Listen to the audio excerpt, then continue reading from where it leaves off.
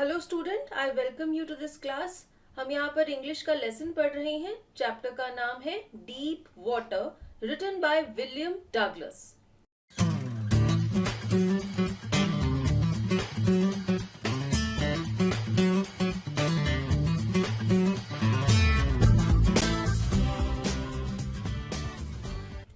यहाँ पर सबसे पहले हम ये देखते हैं what are the topics that we'll cover.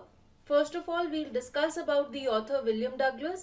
उसके बाद हम स्टोरी की एक बैकग्राउंड देखेंगे। Then we'll read the story and I will explain it to you. इसके बाद एक समरी आएगी and then the important question and answers. सबसे पहले the author of this lesson, his name is William Douglas. He was born in the year 1898 and he died in the year 1980. He was born in the United States of America and he died in the United States of America. इनके बारे में कुछ और information जान लेते हैं। William Douglas was a leading advocate of individual rights. Individual rights, जिसे हम ह्यूमन राइट्स के नाम से भी जानते हैं, ये उसे सपोर्ट करते थे। He was a judge at the Supreme Court of USA, retired in 1975 with a term lasting 36 years and remains the longest serving judge in the history of the court.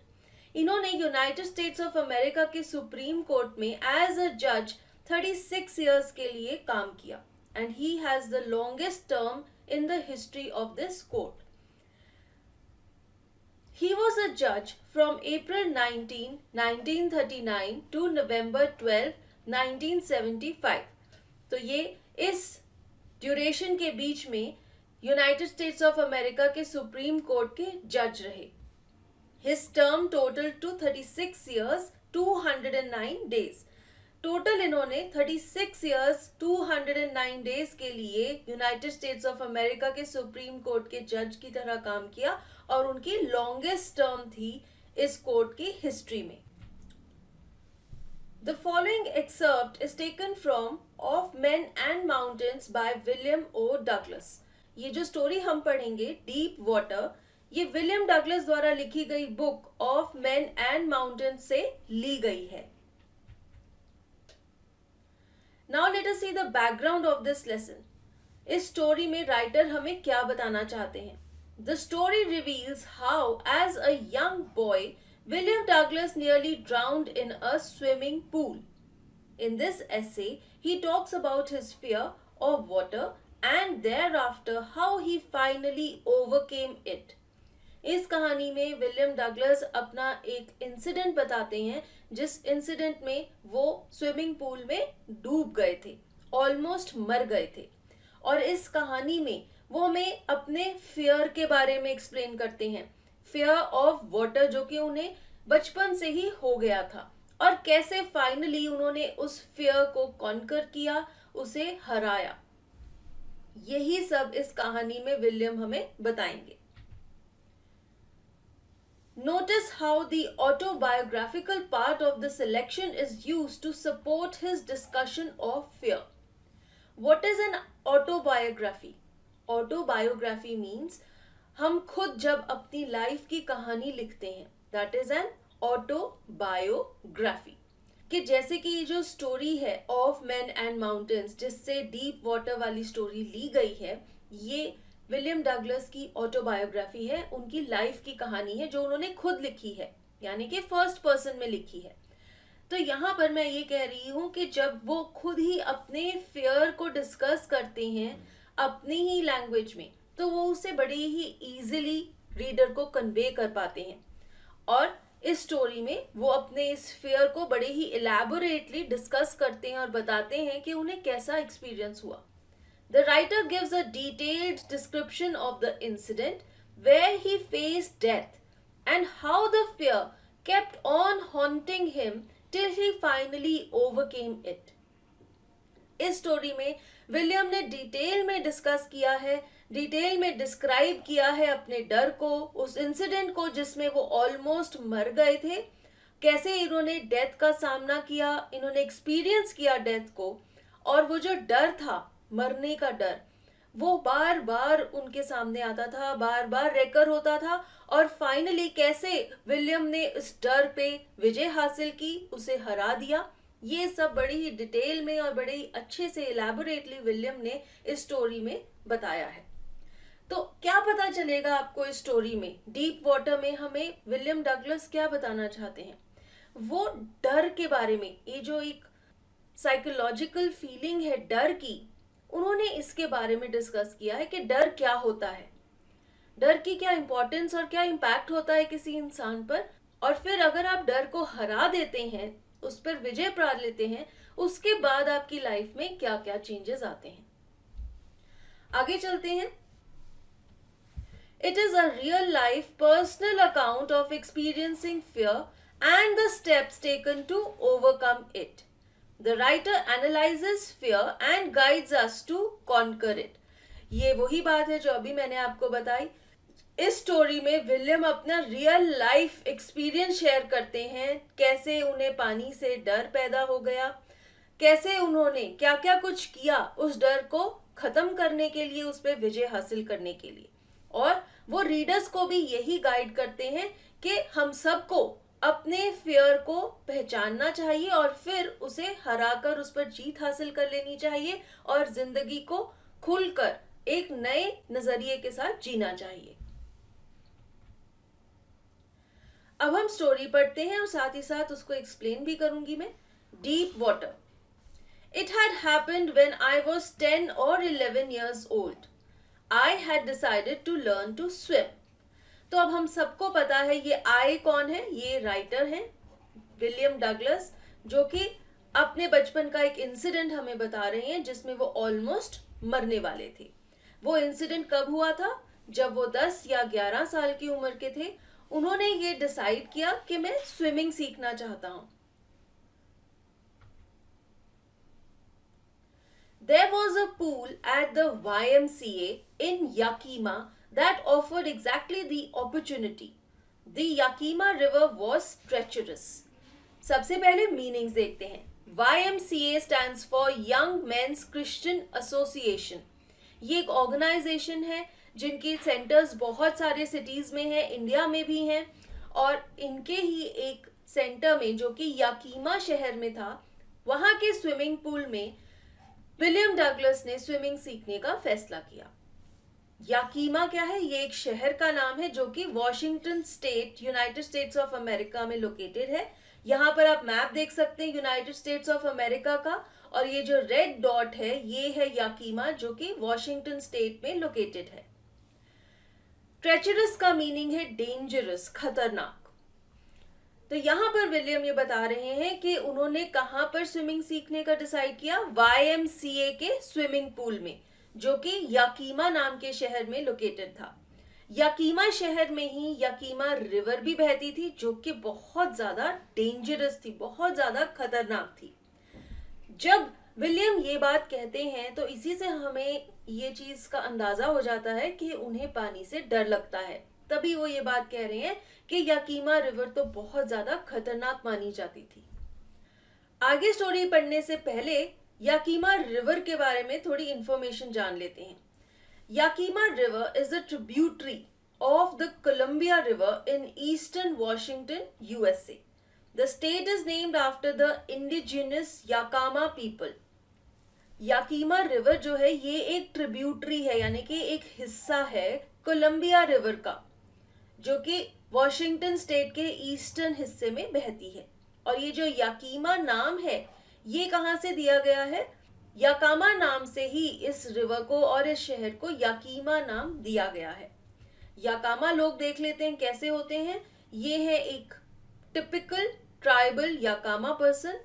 The Yakama is a Native American tribe inhabiting the Washington state. याकामा नाम का एक tribe है जो कि American हैं और ये Washington state में ही रहते हैं, और याकामा नाम के ट्राइब से ही इस शहर को और इस नदी को याकीमा नाम दिया गया। अब हम आगे स्टोरी कंटिन्यू करते हैं। Mother continually warned against it and kept fresh in my mind the details of each drowning in the river. But the YMCA pool was safe. जैसे कि पहले विलियम ने हमें कहा था कि याकीमा रिवर को ट्रेचरस यानी कि डेंजरस माना जाता था। आगे वो कह रहे हैं कि उनकी ममा हर वक्त उन्हें वॉर्न करती रहती थी। किस चीज के लिए? याकीमा रिवर से दूर रहने के लिए। Kept fresh in my mind का मतलब है रिमाइंडेड मी। बार बार उनकी ममा उनको याद दिलाती रहती थी कि कितने सारे लोग याकीमा रिवर में डूब जाते हैं जब वो वहां पर स्विमिंग करने जाते हैं। तो जब भी विलियम की ममा ऐसे उनको याद दिलाती थी कि बहुत सारे लोग याकीमा रिवर में डूब जाते हैं, उनके अंदर जो पानी का डर था वो और भी ज्यादा बढ़ जाता था। और फिर विलियम कहते हैं कि जो YMCA का स्विमिंग पूल था वो तो सेफ था।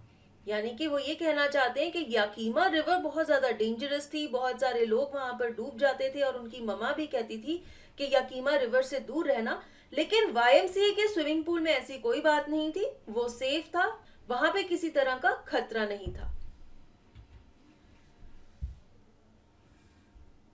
It was only 2 or 3 feet deep at the shallow end, and while it was 9 feet deep at the other, the drop was gradual. I got a pair of water wings and went to the pool. Drop का क्या मतलब है? The slope from the shallow end to the deep end. अगर आप लोगों ने कभी कोई स्विमिंग पूल का फ्लोर देखा है, वो कैसा होता है? थोड़ा सा पोर्शन शैलो, उसके बाद एक ढलान यानी कि स्लोप, और फिर डीप एरिया। तो यहाँ पर विलियम ये कह रहे हैं कि इस स्विमिंग पूल में, जो YMCA में स्विमिंग पूल था, वहां की जो स्लोप थी वो इतनी स्टीप नहीं थी, ग्रेजुअल थी, ऐसे थी। और इसीलिए कह रहे हैं कि मुझे इतना डर नहीं लगता था। और फिर वो ये बता रहे हैं कि जो शैलो एंड था स्विमिंग पूल का, वो सिर्फ 2 या 3 फीट गहरा था। यानी कि अगर उसमें कोई भी बच्चा है, अगर उसमें खड़ा रहेगा फर्श पे पैर लगाकर, तो उसका मुंह स्विमिंग पूल से बाहर निकलेगा। और जो डीप एंड था स्विमिंग पूल का, वो 9 फीट डीप था। लेकिन विलियम तो कभी डीप एंड में जाते ही नहीं थे, क्योंकि अभी तो उन्होंने स्विमिंग करनी सीखनी थी, इसलिए वो शैलो एंड में बड़ी ही सेफली खड़े होकर स्विमिंग सीख सकते थे। और फिर वो ये कहते हैं कि उन्होंने वाटर विंग्स भी खरीदे। वाटर विंग्स क्या है? यहाँ पर आप इमेज में देख सकते हैं, ये छोटी सी बच्ची ने जो येलो कलर की ट्यूब्स पहनी हुई है बाहों पर, इन्हें वाटर विंग्स कहा जाता है। This is kind of a safety tube, जिसे छोटे बच्चे पहनते हैं जब वो स्विमिंग सीख रहे होते हैं, और इसकी मदद से क्या होता है, आप पानी में डूबते नहीं हैं। तो विलियम ने भी ऐसे ही वाटर विंग्स खरीदे ताकि वो स्विमिंग करते हुए पानी में ना डूबे। I hated to walk naked into it and show my skinny legs. Naked means without clothes. Skinny means thin, बहुत ही पतली पतली। विलियम कहते हैं कि जब स्विमिंग करने जाते हैं, हमें स्विमिंग कॉस्ट्यूम पहनना पड़ता है जिसमें हमारी सारी बॉडी नेकेड हो जाती है। हम सिर्फ एक छोटा सा स्विमिंग कॉस्ट्यूम पहनकर स्विमिंग करने जाते हैं, जो कि विलियम को बिल्कुल पसंद नहीं था, क्योंकि उन्हें लगता था कि उनकी टांगे बहुत ज्यादा पतली हैं और वो अच्छे नहीं लगते। But I subdued my pride and did it. Subdued means to overcome something, and pride is your honour and self respect. लेकिन फिर भी स्विमिंग सीखने की इच्छा उनमें इतनी ज्यादा थी कि उन्होंने अपने सेल्फ रिस्पेक्ट को भी खत्म कर दिया, उसे भी ओवरकम किया, स्विमिंग कॉस्ट्यूम पहना और स्विमिंग सीखने के लिए गए। तो इससे विलियम ये बताना चाहते हैं कि उनके अंदर जो डिजायर थी स्विमिंग सीखने की, वो इतनी ज्यादा इंटेंस थी कि उन्होंने अपने सेल्फ रिस्पेक्ट को भी खत्म कर दिया, स्विमिंग कॉस्ट्यूम पहना, अपनी पतली पतली टांगे भी बाहर निकाली, क्योंकि वो स्विमिंग सीखना चाहते थे। From the beginning, however, I had an aversion to the water when I was in it. Aversion means dislike. अब यहाँ पर विलियम अपने पास्ट की एक और स्टोरी हमें बता रहे हैं। वो कह रहे हैं कि बचपन से ही जब भी मैं पानी के अंदर होता था, मुझे पानी से डिसलाइक होता था, मुझे पानी से नफरत होती थी, कभी भी मुझे पानी अच्छा नहीं लगता था। This started when I was 3 or 4 years old and father took me to the beach in California. अब यहाँ पर जो इंसिडेंट विलियम हमें बता रहे हैं वो तब का है जब वो 3 या 4 साल के थे। बहुत ही छोटे से थे वो जब उनके पापा उन्हें कैलिफोर्निया में बीच पर लेकर गए।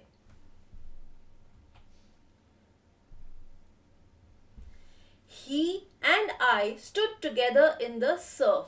सर्फ क्या होता है? समुंदर के पानी की जो लहर होती है उसे सर्फ कहते हैं। ही यानी कि विलियम के डैड और विलियम दोनों के दोनों समुंदर में बीच में खड़े हो गए और पानी की जो लहर है वो उनके तरफ आ रही थी और वो वहीं पर खड़े रहे। I hung on to him, yet the waves knocked me down and swept over me. I was buried in water. Knocked me down का मतलब है overpowered me. अब विलियम छोटे से थे, 3-4 साल के थे, तो उन्होंने क्या किया? जब समुंदर की लहर उनकी तरफ आई तो वो अपने पापा के साथ चिपक गए। लेकिन फिर भी वो कहते हैं कि जब लहर मेरे से टकराई तो उसने मुझे नीचे गिरा दिया और मेरे ऊपर पूरी की पूरी पानी की लहर थी और वो पानी में डूब गए थे। My breath was gone. I was frightened.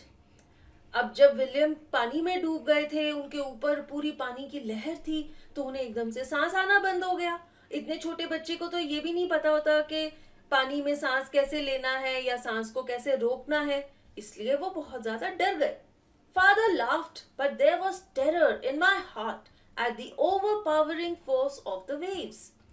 फिर विलियम कहते हैं कि मेरे डैड हंसने लग गए, लेकिन मेरे अंदर बहुत ज्यादा डर था। Terror means intense fear. और उन्हें किस चीज से डर लग रहा था? उन्हें इस चीज से डर लग रहा था, ये जो समुद्र की लहरें हैं उनमें कितना ज्यादा फोर्स है, कितनी ज्यादा पावर है कि उन्होंने विलियम को धक्का दिया, नीचे गिरा दिया और उसके ऊपर सारा का सारा पानी ही पानी था।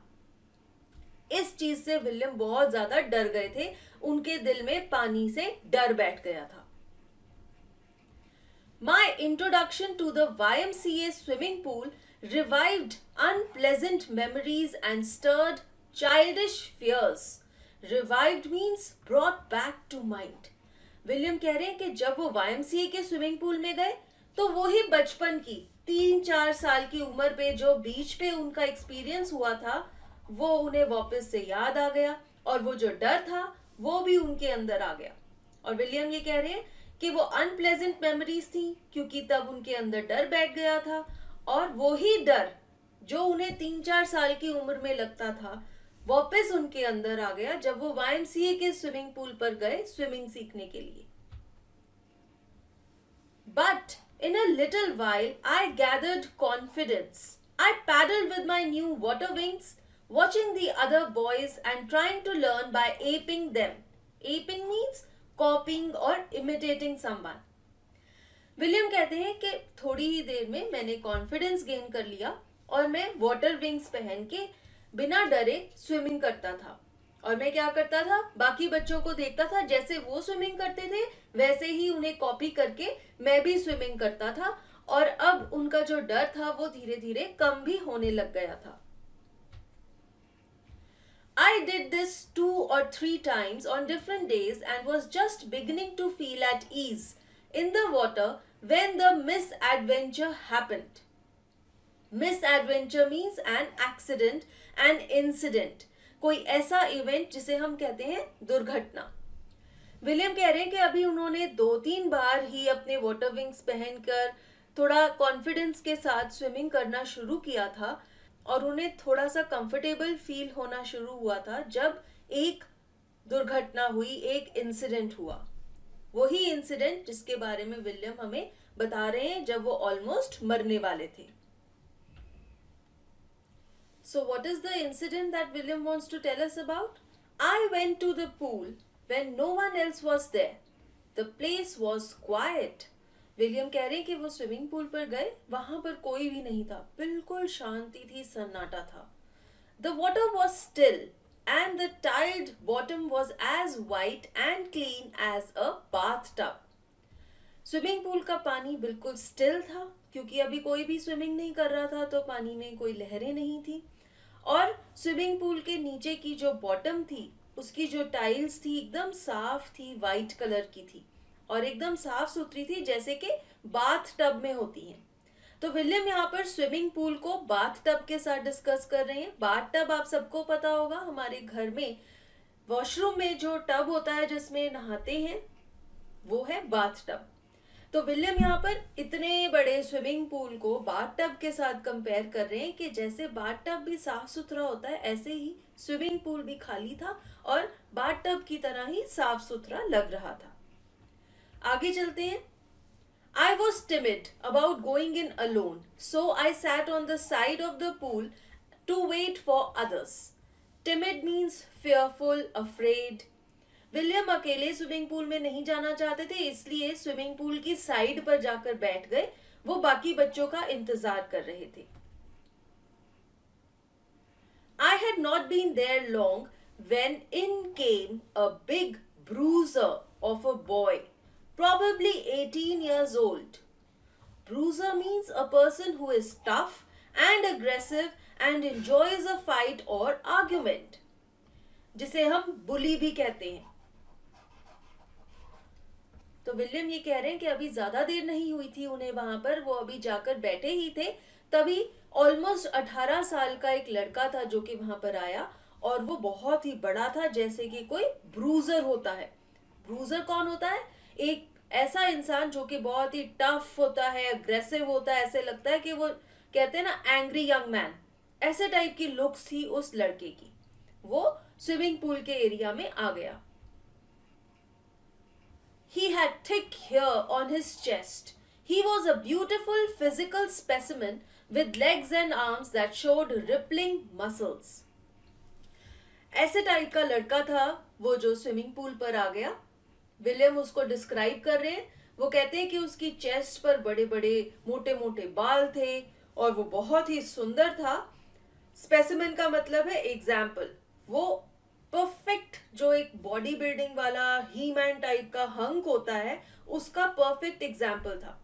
उसकी लेग्स और आर्म्स पर ऐसे लग रहा था वो रिपल्स बने हुए हैं। जो बॉडी बिल्डिंग करते हैं, मसल्स बनाते हैं, उनकी लेग्स और आर्म्स ऐसी होती हैं। तो उस लड़के की भी ऐसे ही थी। तो विलियम ऐसे उसके बारे में डिस्क्रिप्शन क्यों दे रहे हैं? क्योंकि विलियम तो छोटे से 10-11 साल के बच्चे थे जिनकी टांगे भी बहुत ज्यादा पतली थी। तो ऐसे बच्चों को ऐसी सी फिजिक वाले हीमैन टाइप के जो लड़के होते हैं वो बड़े ही अजीब लगते हैं, स्ट्रेंज लगते हैं। तो ऐसे ही विलियम को भी वो जो लड़का है वो बड़ा ही खतरनाक सा लगा, डेंजरस सा लगा। ऐसे लग रहा था कि वो एक ब्रूजर है, पकड़ के सबको मार पीट देगा। और उसने ऐसे बॉडी बिल्डिंग करके अपनी आर्म्स, चेस्ट को ऐसे रिपल्स देकर शेप में बनाया हुआ था। He yelled, "Hi, Skitty! How do you like to be ducked?" Skinny means a thin person. Ducked means to push or plunge someone under the water. अब वो लड़का जैसे कि ब्रूजर ही था, उसे सब लोगों पर धौंस जमाने की आदत थी। किसी को भी पकड़ के मार दो, पीट दो, कोई फर्क नहीं पड़ता।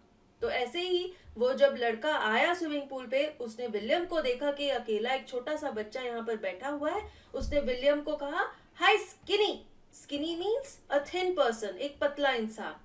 और फिर उसने कहा, "तुम्हें कैसा लगेगा अगर कोई तुम्हें पकड़कर पानी में गिर दे?" यानी कि उसने विलियम को ये कहा कि अगर तुम्हें कोई उठाकर स्विमिंग पूल में गिर दे तो तुम्हें कैसा लगेगा। और अगले ही पल उसने क्या किया? With that, he picked me up and tossed me into the deep end. Tossed means threw.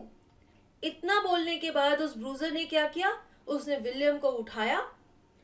अब वो तो पहलवान टाइप का लड़का था, तो विलियम जैसे छोटे पतले लड़के को उसने बड़ी आसानी से अपनी हाथों से उठा लिया और उसे डीप एंड में, स्विमिंग पूल के डीप एंड में पकड़ के फेंक दिया। I landed in a sitting position, swallowed water and went at once to the bottom. Oh my God, this is what happened with William. जैसे ही उस ब्रूजर ने उन्हें पानी में घेर दिया, वो पानी में फटक से बैठे हुए, जैसे वो स्विमिंग पूल की साइड पर बैठे हुए थे, ऐसे ही वो पानी में लैंड हो गए। कितना सारा पानी उन्होंने स्वॉलो कर लिया, क्योंकि वो सांस लेने की कोशिश कर रहे थे, लेकिन जब वो पानी में गिर गए तो सारा पानी उनके मुंह में चला गया। और साथ ही साथ वो पूल की बॉटम की तरफ नीचे चले गए. I was frightened, but not yet frightened out of my wits. Wits means intelligence, आपके सोचने समझने की शक्ति. विलियम कह रहे हैं कि वो बहुत ज्यादा डर गए थे, लेकिन इतना भी नहीं डरे थे कि उनके सोचने समझने की शक्ति खत्म हो जाए. वो अभी भी सोच सकते थे, उनकी इंटेलिजेंस चल रही थी, उनका दिमाग काम कर रहा था. तो उन्होंने कुछ प्लान बनाया. On the way down, I planned. When my feet hit the bottom, I would make a big jump, come to the surface, lie flat on it and paddle to the edge of the pool. जब William पानी में नीचे जा रहे थे तो उन्होंने क्या प्लान बनाया कि जब वो नीचे स्विमिंग पूल के बेस को टच करेंगे, वो अपने पैरों से एक बड़ा सा जंप मारेंगे और फटाक से फुल स्पीड से स्विमिंग पूल की ऊपर की सरफेस पर पहुंच जाएंगे और फिर उसके ऊपर फ्लैट लेटकर अपने पैरों से पैडल करेंगे. पैडल मीन्स पैरों को अप डाउन की मोशन में स्विमिंग पूल की सरफेस पे चलाएंगे और आराम से स्विमिंग पूल की एज पर यानी कि किनारे पर पहुंच जाएंगे. तो ये विलियम का प्लान था डूबने से बचने का. आगे देखते हैं कि उनके इस प्लान का क्या हुआ. It seemed a long way down. लेकिन विलियम तो स्विमिंग पूल के नीचे बॉटम तक पहुंचे ही नहीं. बहुत लंबा जर्नी था. Those 9 feet were more like 90. And before I touched bottom, my lungs were ready to burst.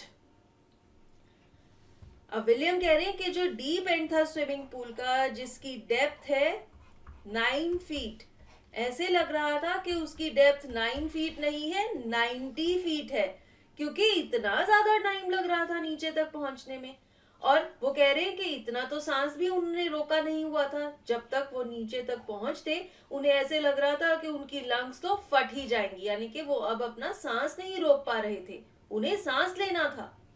But when my feet hit bottom, I summoned all my strength and made what I thought was a great spring upwards. Summon means gathered, इकट्ठा करना. Great spring means a push. I imagined I would bob to the surface like a cork. Bob means jump up. जब William के पैर swimming pool की bottom पर touch हुए, उन्होंने सारी ताकत इकट्ठी की और बड़े ही जोर से स्विमिंग पूल के ऊपर की तरफ जंप लगाई. और विलियम ने ये इमेजिन किया था, अपने माइंड में ये सोचा था कि जैसे ये शैंपेन की बोतल से जोर से कॉक बाहर निकलता है, ऐसे ही वो भी फुल स्पीड से स्विमिंग पूल के बॉटम से स्विमिंग पूल की सरफेस तक ऊपर बाहर आ जाएंगे. लेकिन देखते हैं अब उनके प्लान का क्या हुआ. Instead I came up slowly. वो एक कॉक की तरह फुल स्पीड पे बाहर नहीं आए. वो स्विमिंग पूल की ऊपर जा रहे थे, लेकिन बहुत ही धीरे धीरे. I opened my eyes and saw nothing but water. Water that had a dirty yellow tinge to it. I grew panicky. I reached up as if to grab a rope and my hands clutched only at water. Tinge means a touch of color, हल्का सा shade. जब William ऊपर धीरे धीरे आ रहे थे, लेकिन उन्होंने तो ये सोचा था कि वो बहुत फुल स्पीड पर स्विमिंग पूल की सरफेस तक पहुंच जाएंगे. तो उन्होंने अपनी आंखें खोली देखने के लिए, क्योंकि उन्हें लग रहा था कि वो बाहर पहुंच गए हैं. लेकिन उनको क्या दिखा, वो पानी के अंदर ही थे, इसलिए उन्हें अपने आसपास येलोइश टिंज वाला हल्के से स्लाइट येलोइश कलर का पानी दिखा. वो घबरा गए, वो डर गए, क्योंकि अभी तक वो ऊपर नहीं पहुंचे थे और उन्हें सांस चाहिए था, उन्हें ऑक्सीजन लेनी थी. उन्होंने ऊपर सरफेस की तरफ स्विमिंग पूल के बाहर की तरफ अपने हाथ बाहर निकाले और उन्हें हवा में हिलाया. और फिर वो कह रहे हैं कि मैंने अपने हाथों को ऐसे हिलाया हवा में जैसे कि मैं किसी रोप को पकड़ने की कोशिश कर रहा हूँ. वो ये सोच रहे थे कि शायद कोई उन्हें बचाने के लिए स्विमिंग पूल में रोप घेर देगा, जिसे पकड़ के वो बाहर निकल पाएंगे. लेकिन उनके हाथों में कुछ नहीं आया, सिर्फ पानी ही था उनके आसपास. कोई भी तरह का ऐसा चीज नहीं था जिसे पकड़ के वो स्विमिंग पूल से बाहर निकल पाए. I was suffocating. I tried to yell, but no sound came out. Then My eyes and nose came out of the water, but not my mouth. Suffocating means unable to breathe due to lack of air. घुटना, दम घुटना. Yell means to scream, चिल्लाना. अब जैसे कि William सांस नहीं ले पा रहे थे, उन्हें सफोकेशन होने लग गई. उन्होंने चीखने चिल्लाने की भी कोशिश की, हेल्प मांगने के लिए, मदद मांगने के लिए उन्होंने चीखने की कोशिश की, लेकिन उनके अंदर से कोई आवाज नहीं निकली. ग्रेजुअली जब वो ऊपर की तरफ आ रहे थे, उनकी आंखें और नाक पानी में से बाहर निकल भी आए, लेकिन उनका मुंह अभी भी पानी के अंदर ही था. आगे फिर बताते हैं William. I flailed at the surface of the water, swallowed and choked. I tried to bring my legs up, but they hung as dead weights, paralyzed and rigid. Flailed means to wave your hands. Rigid means hard. William कह रहे हैं कि जब वो ऊपर surface तक पहुंच गए तो उन्होंने हवा में अपने हाथों को वेव किया मदद मांगने के लिए, लेकिन वापस क्या हुआ उनके साथ, उन्होंने पानी स्वॉलो कर लिया और वो चोक होने लग गए. चोक मीन्स उनके बॉडी के अंदर जो पानी स्वॉलो हो गया था वो उनकी लंग्स में भी चला गया, जिससे उन्हें खांसी होने लग गई और ऑक्सीजन आना और भी ज्यादा बंद हो गई. फिर उन्होंने अपनी टांगों को और ऊपर खींचने की कोशिश की, लेकिन उनकी टांगे ऊपर आ ही नहीं रही थी. उन्हें ऐसे लग रहा था कि उनकी टांगे बहुत ज्यादा भारी हो गई हैं और वो नीचे की तरफ वेट डालकर लटक रही हैं, और उनकी टांगों में बिल्कुल भी जान नहीं थी. वो ऐसे लग रही थी जैसे कि पैरालाइज हो गई हैं, unable to move and hard हो गई हैं. तो विलियम को अपनी बॉडी के बारे में क्या क्या फील हुआ? सबसे पहले तो जब उन्होंने अपने हाथों को हवा में उड़ाया मदद मांगने के लिए, तो उन्होंने पानी स्वॉलो कर लिया, जिस वजह से पानी उनकी लंग्स में चला गया और वो चोक हो गए, सांस नहीं ले पा रहे थे. उन्होंने अपनी टांगों को हिलाने की कोशिश की, पर उन्हें ऐसे लगा जैसे उनकी टांगे बहुत ज्यादा भारी हैं और वो नीचे की तरफ लटक रही हैं, उनमें बिल्कुल भी जान नहीं है. वो पैरालाइज्ड फील कर रहे थे क्योंकि वो अपनी टांगों को हिला नहीं पा रहे थे और उनकी लेग्स बिल्कुल रिजिड हो गई थी, हार्ड हो गई थी. आगे बढ़ते हैं विलियम के साथ क्या हुआ. A great force was pulling me under. William को ऐसे लग रहा था कि कोई उन्हें नीचे की तरफ, स्विमिंग पूल के बॉटम की तरफ खींच रहा है. I screamed but only the water heard me. उन्होंने जोर जोर से चिल्लाया कि कोई मेरी मदद करो, लेकिन उनकी आवाज बाहर नहीं गई, उनकी आवाज पानी में ही रह गई. I had started on the long journey back to the bottom of the pool. तो सेकेंड टाइम विलियम एक बार फिर से स्विमिंग पूल के बॉटम की तरफ नीचे स्विमिंग पूल में डूबने लग गए. आगे चल के पढ़ते हैं विलियम के साथ क्या हुआ स्टोरी में. I struck at the water as I went down, expending my strength as one in a nightmare fights an irresistible force. Expending means losing or giving out. William यहाँ पर ये कह रहे हैं कि जैसे जैसे वो पानी में एक बार फिर से नीचे की तरफ जाने लगे, उन्होंने पानी को ही पकड़ने की कोशिश की. ये उनकी एक नाकामयाब कोशिश थी अपने आप को स्विमिंग पूल में एक बार फिर से डूबने से बचाने की. और फिर वो अपने इस एफर्ट को कंपेयर कर रहे हैं किसी एक ऐसे इंसान के साथ जो कि रात को एक डरावना सपना देखता है. वो कह रहे हैं कि मैंने बहुत ज्यादा ताकत जुटाई ताकि मैं स्विमिंग पूल में एक बार फिर से डूबने ना लग जाऊं. जैसे कि कोई इंसान रात को जब सो रहा होता है और वो एक डरावना सपना देखता है, वो भी अपने डरावने सपने में इस डर से, इस भूत से लड़ाई करता है. ऐसे ही विलियम भी इस पानी के साथ लड़ाई कर रहे थे ताकि वो एक बार फिर से इस पानी में डूबने ना लग जाए. तो ऐसा कंपैरिजन करके विलियम क्या कहना चाहते हैं, वो ये बताना चाहते हैं कि जैसे जब हम रात के टाइम सोते वक्त एक डरावना सपना देखते हैं, जो भी हमें डरा रहा होता है हम उसके साथ लड़के उसे हरा नहीं सकते. ऐसे ही विलियम की हालत थी इस स्विमिंग पूल में. वो भी पानी में डूबने से डर रहे थे, लेकिन वो ऐसा कुछ भी नहीं कर सकते थे जिससे कि वो पानी में से बाहर निकल पाए और अपने आप को बचा पाए. पानी ने उन्हें हर तरफ से घेर लिया था. आगे स्टोरी कंटिन्यू करते हैं. I had lost all my breath, my lungs ached, my head throbbed. एक मीन्स पेन्ड, उनमें दर्द हो रहा था. Throbbed means felt pain in a series of regular beats. जैसे हम बीट्स कहते हैं धक धक धक धक, जो कि रेगुलर होती हैं, इक्वल टाइम इंटरवल्स के बाद होती हैं, उसे थ्रॉबिंग कहते हैं। ऐसा उनके सिर में हो रहा था। विलियम की सांस खत्म हो गई थी, उन्हें अब सांस आनी बंद हो गई थी, उनकी लंग्स में दर्द हो रहा था और उनका सिर भी बहुत ज्यादा थ्रॉब कर रहा था, उसमें रेगुलर बीटिंग की आवाज फील हो रही थी।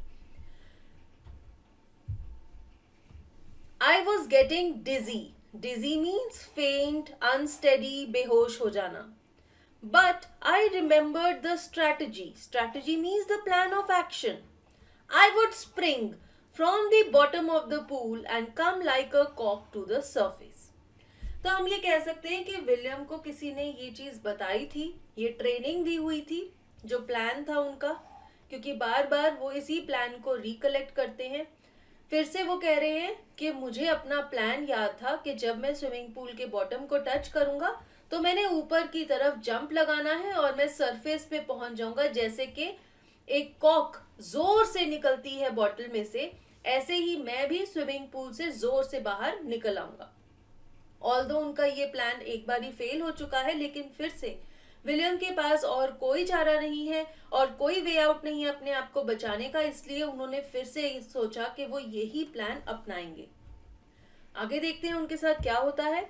आई would lie flat on the water, strike out with my arms and thrash with my legs. Strike out means to extend, बाहर की तरफ निकालना। Thrash means hit with force, बहुत जोर जोर से किसी को मारना। ये उनका आगे का प्लान है। वो कह रहे हैं कि जब मैं ऊपर सरफेस पर आ जाता तब मैं क्या करता, अपनी बाहें बाहर निकाल के उन्हें पानी में ऐसे ऐसे मारता और अपने पैरों के साथ पानी को जोर जोर से हिट करता, यानी कि मैं आराम से स्विम करता। Then I would get to the edge of the pool and be safe. वो कह रहे हैं कि ऐसा करने पर मैं पूल के किनारे पर पहुंच जाता और मैं बच जाता। तो एक बार फिर से विलियम अपने इसी ही प्लान को रिकलेक्ट कर रहे हैं। I went down, down endlessly. William कहते हैं लेकिन वो एक बार फिर से स्विमिंग पूल में नीचे की तरफ जाते रहे और नीचे की जो 9 फीट की जर्नी है वो कंप्लीट ही नहीं हो रही थी, बहुत ज्यादा टाइम लग रहा था। आई ओपन माई आईज, उन्होंने अपनी आंखें खोली आसपास देखने के लिए। Nothing but water with a yellow glow, dark water that one could not see through. William ने अपने आसपास क्या देखा? पानी, जो कि हल्के से येलो कलर का था। और फिर वो कहते हैं कि इतना डार्क पानी था वो, उसके आसपास उसके बीच में से कुछ भी नहीं दिख रहा था। And then sheer, stark terror seized me. Terror that knows no understanding, terror that knows no control, terror that no one can understand who has not experienced it. Stark means severe, बहुत ही ज्यादा intense. Seized means gripped, जकड़ लेना, पकड़ लेना। जब William ने अपनी आंखें खोली और उन्हें अपने आसपास डार्क कलर का पानी देखा जिसके थ्रू कुछ भी नहीं दिख रहा था, वो बहुत ज्यादा डर गए। वो कह रहे हैं कि ये जो डर है जिसने उन्हें जकड़ लिया था, उस डर को कोई भी अंडरस्टैंड नहीं कर सकता, कोई भी उसे एक्सप्लेन नहीं कर सकता। सिर्फ जिसने उस डर को एक्सपीरियंस किया है वो ही उस डर को जानता है कि वो डर कैसा होता है। सो विलियम इज सेइंग कि वो वर्ड्स में ये चीज एक्सप्लेन नहीं कर सकते, लिख नहीं सकते कि वो डर की फीलिंग कैसी थी। सिर्फ वो इंसान जिसने वो डर एक्सपीरियंस किया है वो ही ये चीज को समझ सकता है कि कितना गहरा, कितना ज्यादा, कितना सिवियर डर था जिसने विलियम को जकड़ लिया था। I was shrieking underwater. I was paralyzed underwater. Stiff, rigid with fear. Even the screams in my throat were frozen. तो विलियम यहाँ पर थोड़ा सा एक्सप्लेन करने की कोशिश कर रहे हैं कि उन्हें कैसा महसूस हो रहा था। Shrieking means screaming. Paralyzed means incapable of movement. वो पानी के अंदर थे लेकिन वो चिल्ला रहे थे, वो हिल नहीं सकते थे। पैरालाइज हो गई थी उनकी बॉडी, वो उसे हिला नहीं पा रहे थे। एकदम स्टिफ और हार्ड हो गई थी उनकी बॉडी क्योंकि वो इतना ज्यादा डर गए थे। तो इस डर का क्या इम्पैक्ट था उनके ऊपर? उनकी बॉडी पैरालाइज हो गई थी, एकदम हार्ड हो गई थी, वो उसे हिला नहीं पा रहे थे। उनके गले में जो चीखने की आवाज थी वो भी ऐसे लग रहा था कि उनके गले में ही फ्रीज हो गई है। वो चीख भी नहीं पा रहे थे, उनके गले में से आवाज भी नहीं निकल रही थी। Only my heart and the pounding in my head said that I was still alive. Pounding means the repeated beating. जैसे हमारे दिल में धड़कन होती है, रिपीटेड बीटिंग, ऐसे ही विलियम के सिर में भी पाउंडिंग हो रही थी, जिसको उसने पहले कहा था कि मेरे सिर में थ्रॉबिंग हो रही थी। तो वो कह रहे सिर्फ दो चीजें थी जो इंडिकेट कर रही थी कि अभी वो अलाइव है। एक तो उसकी हार्ट बीट हो रही थी और उसके सिर में भी बीटिंग हो रही थी। And then in the mist of the terror came a touch of reason. I must remember to jump when I hit the bottom. At last, I felt the tiles under me. My toes reached out as if to grab them. I jumped with everything I had. Mist means in between. अब यहाँ पर William ये बता रहा है कि जब वो पानी में नीचे की तरफ डूब रहा था और वो बहुत ज़्यादा घबरा गया था, बहुत ज़्यादा डर गया था, तभी एकदम फिर से उसे याद आया अपना प्लान। वो प्लान क्या था? वो प्लान ये था कि जैसे ही वो स्विमिंग पूल के बॉटम पर पहुंचेगा, उसने अपने आप को जोर से जंप करवाना है। और वो कहता है कि जब उसने फील किया कि उसके पैर नीचे की टाइल्स को टच कर रहे थे, तो वो इतना एक्साइटेड था, उसने अपने पैरों के साथ इतनी जोर से ऐसे कोशिश की जैसे वो किसी चीज को पकड़ रहा है, और पूरी स्ट्रेंथ के साथ उसने ऊपर की तरफ जंप लगाई। अब देखते हैं इसका क्या रिजल्ट हुआ। But the jump made no difference. The water was still around me. I looked for ropes, ladders, water wings, nothing but water. A mass of yellow water held me. अब हमें यहाँ पर पता लगता है कि विलियम ने जो जंप की, जो उसका प्लान था, वो एक बार फिर से फेल हो गया। विलियम स्विमिंग पूल से बाहर नहीं निकल पाया। अभी भी वो पानी में ही डूबा हुआ था। उसने आसपास ढूंढा कोई ऐसी चीज को जिसकी हेल्प से वो पानी से बाहर निकल पाए। कोई रस्सी मिल जाए, कोई सीढ़ी मिल जाए, वाटर विंग्स मिल जाए जिन्हें पकड़ के वो स्विम करता हुआ किनारे तक पहुंच जाए, लेकिन ऐसा कुछ भी नहीं मिला। उसके आसपास येलोइश टिंज, येलोइश शेड वाला पानी ही पानी था। Stark terror took an even deeper hold on me, like a great charge of electricity.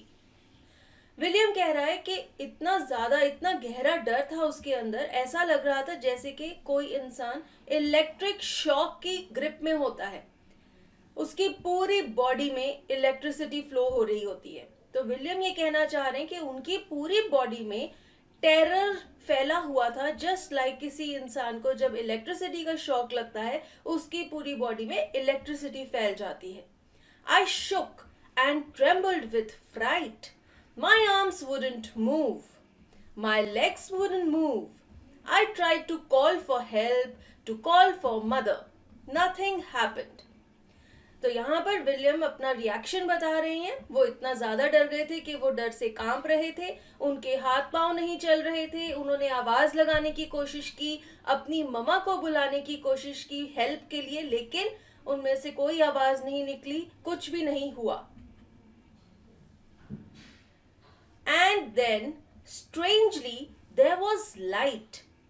एकदम से अचानक से विलियम ने क्या देखा? उनके आसपास लाइट है, यानी कि वो स्विमिंग पूल से बाहर निकल रहे थे। I was coming out of the awful yellow water. Awful means something which is dirty, you don't like something. So William अब इस स्विमिंग पूल के पानी को पसंद नहीं कर रहे थे, क्योंकि वो इसमें डूब रहे थे। इसलिए वो कहते हैं कि मैं इस गंदे से स्विमिंग पूल के पानी से बाहर निकल रहा था। एट लीस्ट माई आईज वर। उनकी आंखें, सिर्फ उनकी आंखें स्विमिंग पूल से बाहर निकल रही थी, बाकी की पूरी बॉडी अभी स्विमिंग पूल में ही थी। तभी उन्हें अपने आसपास लाइट दिखी। My nose was almost out too. आंखों के बाद नाक आती है, यहाँ देखिए उनकी आंखें तो बाहर निकल ही आई थी और उनकी नोज ऑलमोस्ट पूल से बाहर आ गई थी। लेकिन फिर क्या हुआ? Then I started down a third time. I sucked for air and got water. तीसरी बार, एक बार फिर से विलियम स्विमिंग पूल के अंदर की तरफ, नीचे की तरफ जाने लग गए। अभी उनका माउथ तो स्विमिंग पूल के अंदर ही था, लेकिन उन्होंने सांस लेने की कोशिश की अपना मुंह खोलकर, तो उन्हें हवा की जगह क्या मिला? पानी मिला, क्योंकि अभी भी उनका मुंह स्विमिंग पूल के पानी के अंदर ही था। तो आगे बढ़ते हैं, तीसरे ट्रिप पर क्या हुआ? The yellowish light was going out. अब ये जो येलोइश कलर की लाइट विलियम को दिखी थी, वो एक बार फिर से बंद होने लग गई। Then all effort ceased. I relaxed. Even my legs felt limp and a blackness swept over my brain. Ceased means ended, खत्म हो जाना. Limp means lifeless, बेजान होना. विलियम कहते हैं कि उनकी जितनी कोशिशें थी अपने आप को बचाने की, वो एकदम से बंद हो गई। वो एकदम से बहुत ही डिफरेंट वे में रिएक्ट कर रहे थे, वो बहुत ही रिलैक्स्ड फील कर रहे थे और उन्हें ऐसे लग रहा था कि उनकी टांगों में भी जान नहीं है, वो लाइफलेस हैं। और एकदम से उनके ब्रेन के ऊपर ऐसे लगा जैसे कि एक काली सी परछाई छा गई है। उनके ब्रेन की थिंकिंग पावर, उनकी इंटेलिजेंस, उनकी विट सब खत्म हो गई। तो क्या हो रहा था विलियम के साथ? आगे चल के पढ़ते हैं। It wiped out fear, it wiped out terror. अब ये जो नई चीज विलियम के साथ हुई, ये इतनी अजीब थी, इतनी अलग थी उनके पहले की बिहेवियर से। पहले उन्हें बहुत ज्यादा डर लग रहा था, लेकिन अचानक से जब वो इतने रिलैक्स हो गए, उन्होंने अपने आप को बचाने की कोशिशें खत्म कर दी, उनका डर भी खत्म हो गया। There was no more panic. अब वो घबरा भी नहीं रहे थे, अब वो अपने आप को बचाना भी नहीं चाहते थे। It was quiet and peaceful. एकदम से उन्हें बहुत ज्यादा शांति महसूस हो रही थी। Nothing to be afraid of. अब उन्हें डूबने का डर भी नहीं लग रहा था। तो एकदम से कंट्रास्ट रिएक्शन हो गया था विलियम का। ऐसा क्या हुआ विलियम के साथ जो कि एकदम से उनका बिहेवियर, उनके माइंड की वर्किंग, उनकी बॉडी की वर्किंग सब चेंज हो गई।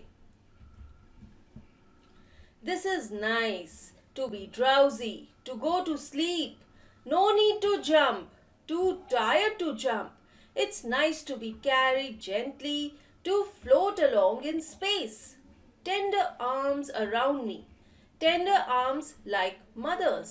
Now I must go to sleep. यहाँ पे विलियम क्या कह रहे हैं? वो ये बता रहे हैं कि उनके दिमाग में क्या क्या ख्याल चल रहे थे। उन्हें स्लीपी फील हो रहा था, ऐसा लग रहा था कि नींद आ रही है, इतना रिलैक्स्ड हो गए थे वो। उन्हें लग रहा था कि अब मुझे जंप करने की कोशिश नहीं करनी चाहिए, मैं बहुत ज्यादा थक गया हूँ, मेरे को ऐसा मन कर रहा है कि मैं आसमान में उड़ूं और मेरी माँ मुझे अपनी बाहों में ले ले और मैं अब सोना चाहता हूँ। तो ऐसी जो फीलिंग विलियम के साथ हो रही थी, ये कब होती है? ये क्या साइकोलॉजी शो करना चाहते हैं William? I crossed to oblivion and the curtain of life fell. Oblivion means the state of being unaware or unconscious of what is happening around one. जब आप बेहोश हो जाते हैं, अपनी सुध खो बैठते हैं, that is oblivion. Curtain of life fell का मतलब है life came to an end. That means he was almost dead. William की ये जो कॉन्ट्रास्ट फीलिंग्स थी, अब वो अपने आप को बचाना नहीं चाहते थे, वो एकदम से रिलैक्स्ड हो गए थे, उनका डर खत्म हो गया था। ये सब इसलिए हो रहा था क्योंकि अब वो अनकॉन्शियस होने लग गए थे, बेहोश हो गए थे और ऑलमोस्ट मरने वाले थे। The next I remember I was lying on my stomach beside the pool vomiting. अगली जो बात विलियम को याद है वो ये है कि वो स्विमिंग पूल के किनारे लेटे हुए थे अपने पेट के बल और वो वॉमिट कर रहे थे। तो जो लास्ट चीज विलियम को याद थी कि अब वो इतना रिलैक्स हो गए हैं, वो सोना चाहते हैं, उसके बाद वो बेहोश हो गए थे। उन्हें कुछ भी नहीं याद कि वो स्विमिंग पूल के बाहर कैसे आए। अगले जब उन्होंने होश संभाला तो वो स्विमिंग पूल की साइड पर लेटे हुए थे और वॉमिट कर रहे थे।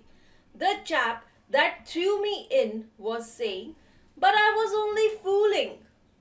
Someone said, "The kid nearly died. Be all right now.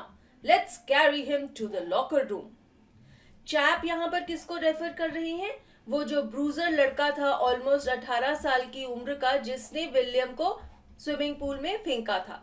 वो कहता है कि मैं तो ऐसे ही मजाक कर रहा था, लेकिन उसे किसी ने गुस्सा किया, किसी ने डांटा और कहा कि बच्चा बेचारा मरने ही वाला था, अब तुम नॉर्मल हो जाओ, ठीक तरह से बिहेव करो और इसे चलो उठाकर हम लॉकर रूम में ले चलते हैं। तो ऐसा कह के इस बंदे ने इस लड़के को गुस्सा किया। Several hours later, I walked home. I was weak and trembling. I shook and cried when I lay on my bed. I couldn't eat that night. For days, a haunting fear was in my heart. The slightest exertion upset me, making me wobbly in the knees and sick to my stomach. Wobbly means to feel weak. कमजोर feel होना, ऐसा लगे कि आपकी नीज में इतनी ताकत नहीं है कि आप खड़े रह सके। अब यहाँ पर इम्पैक्ट है उस चीज का, इस इंसिडेंट का क्या असर हुआ विलियम पर फिजिकली। वो कहते हैं बहुत सारे घंटों के रेस्ट के बाद वो चलकर अपने घर गए, लेकिन अभी भी उन्हें बहुत ज्यादा कमजोरी फील हो रही थी और वो कांप रहे थे। वो बेड पर लेट गए सोने के लिए और रोते रहे। वो इतने ज्यादा घबरा गए थे, इतने ज्यादा डर गए थे, और उस रात उन्होंने खाना भी नहीं खाया। और फिर वो कहते कितने दिनों तक मेरे दिल में एक हॉन्टिंग फियर, यानी कि एक ऐसा डर जो कि आपको बार बार आकर डराता है, वो मेरे दिल में रहा। द स्लाइटेस्ट एक्सर्शन, हल्का सा भी अगर मैं काम कर लेता, कोई भी ऐसा फिजिकल काम करता जिससे मुझे थकावट हो जाती, उससे मैं अपसेट हो जाता था। यानी कि वो फिजिकली इतना ज्यादा ड्रेन हो गए थे, इतना वीक हो गए थे कि वो कुछ भी काम नहीं कर पा रहे थे। अगर वो खड़े रहते तो उन्हें ऐसे लगता कि उनकी नीज में ताकत नहीं है और वो गिर जाएंगे, और उनके पेट में भी, स्टमक में भी सिक फीलिंग होती थी। तो विलियम के ऊपर इस ड्राउनिंग इंसिडेंट का फिजिकली और इमोशनली, मेंटली बहुत ही गहरा इम्पैक्ट हुआ था। I never went back to the pool. I feared water. I avoided it whenever I could. इस इंसिडेंट के बाद विलियम वापस स्विमिंग पूल कभी नहीं गए। उन्हें पानी से बहुत ज्यादा डर लगने लग गया था और इसलिए वो पानी से दूर ही रहते थे। A few years later, when I came to know the waters of the Cascades, I wanted to get into them. Cascades means a waterfall, जिसे हम झरना कहते हैं। विलियम कहते हैं कुछ सालों बाद उन्हें पता लगा कि पास ही में जहां वो रहते थे वहां पर झरने भी थे। वो वहां पर जाना चाहते थे, लेकिन उन्हें पानी से तो डर लगता था। तो ये एक चीज, ये जो डर था, ये उनके रास्ते में रुकावट बन रहा था। And whenever I did, whether I was wading the Titan or bumping river or bathing in warm lake of the Goat Rocks, the terror that had seized me in the pool would come back. It would take possession of me completely. अब यहाँ पर ये जो नाम है, Titan, bumping river, ये नदियों के नाम है, और वार्म लेक है जो ये एक लेक का नाम है जो कि गोट रॉक्स नाम के एरिया में लोकेटेड है। ये सारी जगहें यूएसए में हैं। तो विलियम ये कह रहे हैं कि जब भी वो किसी भी रिवर में या किसी भी लेक में स्विमिंग करने के लिए या नहाने के लिए जाते थे, तो ये जो डर है, पानी का जो डर है, ये बार बार आ जाता था और इन्हें डराता था, और इतना स्ट्रॉन्ग होता था ये डर कि ये इनको कंप्लीटली पोजेस कर लेता था, अपनी जकड़ में पकड़ लेता था, और विलियम बहुत ज्यादा डर जाते थे। My legs would become paralyzed. इतना ज्यादा डर जाते थे विलियम कि उनकी टांगे मूव नहीं करती थी। Icy horror would grab my heart. फिर वो कहते हैं कि ऐसा डर था, ऐसे समझो कि चिल कर देने वाला डर, मेरे दिल को एकदम दहला देता था, इतना ज्यादा डर जाते थे वो। This handicap stayed with me as the years rolled by. Handicap means a circumstance that makes progress or success difficult. यहाँ पे वो कौन सा सर्कमस्टांस है जो कि विलियम की प्रोग्रेस या सक्सेस को मुश्किल बना रहा है? ये है उनका फियर, पानी का डर। वो कहते हैं कि ये जो डर था पानी का, ये उनके साथ था और ये उन्हें बहुत सारी चीजें करने से रोक रहा था। In canoes on main lakes, fishing for landlocked salmon, bass fishing in New Hampshire, trout fishing on the Deutsch and Betolius in Oregon, fishing for salmon on the Columbia, at Bumping Lake in the Cascades, wherever I went, the haunting fear of the water followed me. Canoes means a small boat. यहाँ पर William अपने अलग अलग boating, fishing experiences के बारे में बता रहे हैं। मेन लेक एक लेक का नाम है जहां पर विलियम सैल्मन नाम की फिश की फिशिंग करने के लिए जाते थे। बैस भी एक फिश का नाम है जिसकी फिशिंग के लिए विलियम न्यू हैम्पशायर जाते थे। ट्राउट भी एक फिश का नाम है जिसकी फिशिंग के लिए विलियम ड्यूस और मेटोलियस नाम की रिवर्स में जाते थे जो कि ओरेगन में है। फिर वो सैल्मन की फिशिंग के लिए कोलंबिया रिवर में भी जाते थे और वाटरफॉल की जो बम्पिंग लेक थी वहां पर भी जाते थे।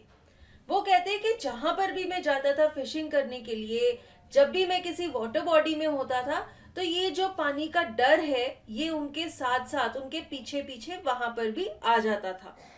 तो विलियम बहुत ज्यादा हैंडीकैप फील कर रहे थे क्योंकि वो इस डर से बाहर नहीं निकल पा रहे थे और वो जब भी किसी वाटर बॉडी में जाते थे उनका मजा खत्म हो जाता था because of this fear.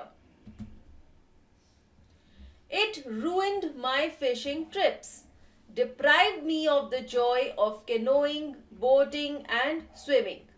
Ruined means destroyed, deprived means to take away something. ये जो फियर है इसने विलियम के सारे फिशिंग ट्रिप्स को डिस्ट्रॉय कर दिया। उन्हें कभी भी मजा नहीं आता था क्योंकि वो डर जाते थे, उनकी बॉडी पैरालाइज हो जाती थी, उनके टांगे नहीं हिलती थी, उनका दिल दहल जाता था। और जब आप डर जाएंगे तब आप किसी भी चीज को एंजॉय नहीं करेंगे और उन्हें कभी भी बोटिंग करने में, स्विमिंग करने में मजा नहीं आता था और वो बोटिंग, स्विमिंग आराम से कर ही नहीं पाते थे। I used every way I knew to overcome this fear, but it held me firmly in its grip. William ने बहुत सारे तरीके भी अपनाए ताकि वो इस डर से बाहर निकल पाए, लेकिन नहीं, ये डर जा नहीं रहा था।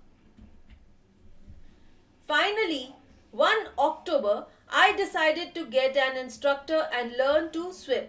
Finally, विलियम ने सोचा कि वो एक इंस्ट्रक्टर से स्विमिंग सीखेंगे। I went to a pool and practiced 5 days a week, an hour each day. The instructor put a belt around me. तो विलियम हर हफ्ते 5 दिनों के लिए स्विमिंग सीखने जाते थे। फिर वो हमें ये बता रहे हैं कि किस तरीके से इस इंस्ट्रक्टर ने उन्हें स्विमिंग सिखाई। हर रोज वो 1 आवर के लिए स्विमिंग सीखते थे। उनकी वेस्ट पर इंस्ट्रक्टर ने एक बेल्ट बांध दी थी। A rope attached to the belt went through a pulley that ran on an overhead cable. Cable का मतलब है a thick rope, मोटी सी रस्सी।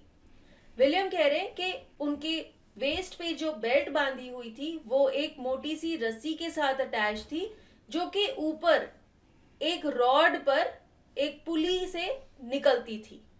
आप सबको पता होगा what is a pulley. Pulley is a kind of a lever, हमने साइंस में पढ़ा है। ये जो रोप है आप देख सकते हैं, ये वाली रोप, ये इस लीवर में से, इस पुली में से निकल रही है। एक एंड इस रोप का विलियम की बेल्ट के साथ बंधा हुआ है और दूसरा एंड रोप का विलियम के इंस्ट्रक्टर के पास है। पढ़ते हैं, he held on to the end of the rope and we went back and forth across the pool, hour after hour, day after day, week after week. On each trip across the pool, a bit of the panic seized me. अब ये instructor का क्या तरीका था मैं आपको बताती हूँ। विलियम को डर था कि वो स्विमिंग पूल में डूब ना जाएं। उनके इस डर को खत्म करने के लिए इंस्ट्रक्टर ने क्या किया, विलियम के वेस्ट पर एक बेल्ट बांध दी, उस बेल्ट को एक रोप के साथ अटैच करके पुली से निकाल दिया और एक एंड को खुद पकड़ लिया। तो उन्होंने विलियम को ये आश्वासन दे दिया कि घबराओ मत, अगर तुम डूबने लगोगे स्विमिंग पूल में तो मैं इस रस्सी को खींच के तुम्हें बाहर निकाल लूंगा। तो ऐसे इंस्ट्रक्टर ने रस्सी को पकड़े रखा और विलियम स्विमिंग पूल में हर रोज कितने दिनों तक, कितने हफ्तों तक स्विमिंग करते रहे। और फिर विलियम कहते हैं कि जब भी मैं ऐसे स्विम करता था, थोड़ी थोड़ी देर बाद वो डर वापस से आ जाता था मुझे डराने के लिए। तो यानी कि अभी वो डर निकला नहीं था।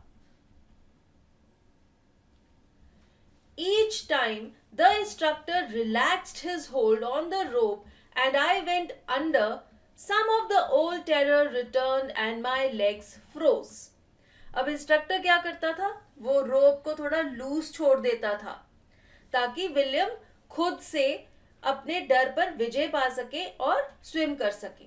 लेकिन विलियम ये कहते हैं कि जैसे ही इंस्ट्रक्टर रोप को लूज करता था, विलियम स्विमिंग पूल में थोड़ा सा नीचे चले जाते थे और उन्हें फिर से ये फील होता था कि मैं डूब रहा हूं, और तभी उनकी लेग्स फिर से पैरालाइज हो जाती थी, unable to move. It was 3 months before the tension began to slack. Slack means to reduce.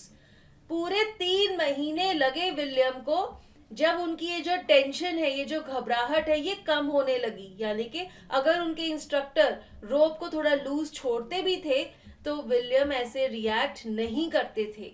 इस चीज को करने में विलियम को पूरे 3 महीने लग गए। आगे पढ़ते हैं, विलियम ने कैसे अपने डर पे विजय पाई। Then he taught me to put my face under water and exhale and to raise my nose and inhale. अगर आप लोगों ने स्विमिंग सीखी है या देखा है कभी किसी स्विमर को स्विम करते हुए, तो आपको ये पता होगा कि स्विम करते हुए सांस कैसे ली जाती है, कैसे छोड़ी जाती है। वही विलियम यहाँ पर बता रहे हैं। उनके इंस्ट्रक्टर ने उन्हें सिखाया कि जब तुम्हें एक्सेल करना है, यानी कि अपनी सांस को बाहर निकालना है, तो तुम अपने फेस को पानी के अंदर रखोगे, और जब तुमने सांस लेना है तब तुम अपने फेस को पानी के बाहर निकालकर सांस लोगे। जैसे आप यहाँ पर भी देख सकते हैं, ये जो स्विमर है इसने अपना फेस पानी से बाहर निकाला हुआ है और ये अभी इनहेल कर रहा है, सांस ले रहा है। I repeated the exercise hundreds of times. William कहते हैं कि उन्होंने ये जो प्रैक्टिस है सांस लेने की, बहुत बारी रिपीट की ताकि वो इसमें एक्सपर्ट हो जाएं। Bit by bit, I shed part of the panic that seized me when my head went underwater. Shed means removed, किसी चीज को खत्म करना, उतारना। Panic means fear. Seized means gripped or held me. William ये कह रहे हैं कि उन्होंने बिट बाय बिट, यानी कि पीसेस में, टुकड़ों में, पार्ट्स में अपने इस डर को अपने से दूर किया। Next, he held me at the side of the pool and had me kick with my legs. पहले विलियम के ट्यूटर ने उन्हें पेट पे रोप बांध के स्विमिंग करना सिखाया। सेकंड, उन्होंने उन्हें स्विमिंग पूल में सांस लेना सिखाया। थर्ड, उन्होंने उन्हें अपनी लेग्स को किक करना सिखाया। यहाँ पर आप देख सकते हैं, जब आप पूल में स्विमिंग करते हैं तो ऐसे आप अपनी लेग्स को ऊपर और फिर नीचे की तरफ हिलाते हैं, पानी में किक मारते हैं। ये चीज विलियम को उनके इंस्ट्रक्टर ने सिखाई। For weeks I did just that. बहुत सारे हफ्तों तक विलियम यही प्रैक्टिस करते रहे। At first my legs refuse to work, but then gradually relaxed and finally I could command them. Command means order them. William कहते हैं पहले तो उनकी टांगे हिलती ही नहीं थी क्योंकि उन्हें डर लगता था। धीरे धीरे धीरे उन्हें रिलैक्स्ड फील होने लगा और फिर फाइनली विलियम अपनी टांगों को जैसे ही ऑर्डर देते थे कि चलो स्विमिंग करो, तो वो चलने लग जाती थी। Thus, piece by piece, he built a swimmer. तो ऐसे फेजेस में, पार्ट्स में विलियम के इंस्ट्रक्टर ने विलियम को एक स्विमर बनाया।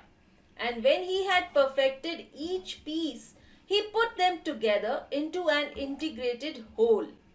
उनके दिल से डर निकाल दिया, उन्हें सांस लेना सिखा दिया और उन्हें उनकी टांगे हिलाना भी सिखा दिया। तो अब उन्होंने इन तीनों चीजों को कंपाइल करके पूरा एक स्विमर तैयार किया।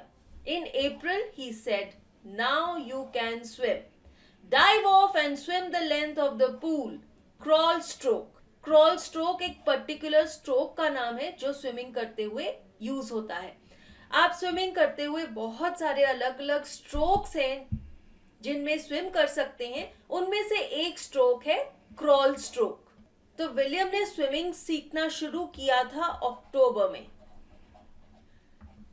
और फाइनली अप्रैल में यानी कि आफ्टर 6 months उनके इंस्ट्रक्टर ने उन्हें कहा कि जाओ स्विमिंग पूल में डाइव करो और पूरी लेंथ स्विम करो क्रॉल स्ट्रोक में. I did. The instructor was finished. Finally William ने खुद से स्विमिंग पूल की लेंथ में स्विम किया और उनकी इंस्ट्रक्टर की क्लासेस खत्म हो गई. But I was not finished. Instructor की क्लासेस तो खत्म हो गई लेकिन विलियम अभी पूरी तरह से तैयार नहीं थे. I still wondered if I would be terror stricken when I was alone in the pool. William कहते हैं कि अभी भी मुझे इस चीज पर कॉन्फिडेंस नहीं था कि अगर मैं अकेले स्विमिंग पूल में जाऊंगा तो क्या मुझे डर नहीं लगेगा. I tried it. I swum the length up and down. William ने अपना टेस्ट लिया. उन्होंने अकेले स्विमिंग पूल की लेंथ में पहले लेंथ के अप स्केल गए वो और फिर नीचे की तरफ पूरी एक लेंथ ऐसे कंप्लीट की और स्विम करके अपना टेस्ट लिया. Tiny vestiges of the old terror would return. Vestiges means traces, parts.